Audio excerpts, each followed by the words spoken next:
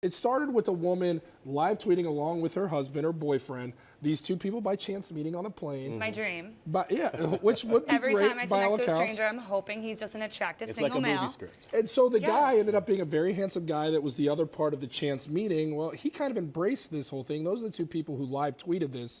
He embraced the whole thing, but the woman was like, I didn't sign up for all this stuff. There's the man being called hunky and all this stuff. He put his face out there. He had videos saying, hey, you know, this is great, but the woman that I was speaking with doesn't want all this stuff. A lot of people are accusing the woman who was live tweeting this of being exploitative, invasive, and trying to build herself up and become famous. What do you guys That's think? the thing. You don't have to put everything on social media. And I think this social media culture has done this where you feel like it's your place to insert yourself in people's lives in a sense.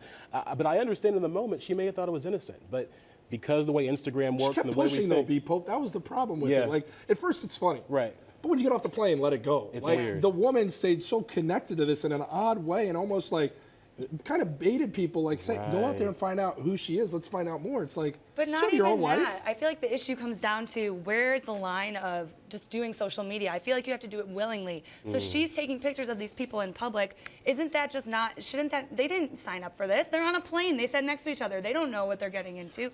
They don't want to be blasted all over Twitter. I would have and issue right Instagram. away. Like, if I sat down and I was the guy who's talking to this random woman and I saw someone with their camera taking pictures, I'd be like, yo, what are you doing? Right. Like, don't But take pictures. I know, let's be honest here. There's no way to really predict the harassment the woman was going to get there either. I mean, Always expect the ugliest with social media. That's kind of what I am floored by how ugly people are. She had to leave social media entirely from this, and the man didn't. I mean, Well, gender it's a total bias, double standard. the gender bias became a big part, another role in this thing, which people thought this was going left and an enjoyable story and went really ugly right, and that was part of it. Everybody embraced this handsome, hunky man and how cool of a story this is. And that's what's so sad is that we all were along for the ride. We were there for the entertainment. We loved it. Everyone, the articles, people were all for it and team, you know, Airplane Bay. Now they're a hashtag. Now they're these public figures and they didn't sign up for this. So I don't know. That's just the dark side of going viral. Yeah, absolutely. All right, we're moving along here, everybody. So let's say you're out with a group of friends. Everybody's having a great time. But then out of nowhere, your best friend's boyfriend or girlfriend decides to hit on you. No. What do you do? Do you tell your best friend about the awkward experience? Do you fill them in and shed light on who they are actually dating and what they get into when you're not around? Or do you simply say nothing? So according to Elite.com daily, or Elite.com, excuse me, you shouldn't do anything the first time it happens.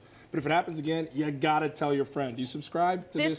This one is so hard for me because my best friend and I are a package deal and everyone knows it. I third wheel her, she third wheels me. And I think a lot of women are like that. So to hear that if their significant other hits on you and you have to keep a secret or not tell them, and it blows my, like, I can't, I have to tell her. But then again, it's like, am I just being selfish because I can't live with myself knowing that your significant other just hit on me and I have to keep that a secret from you?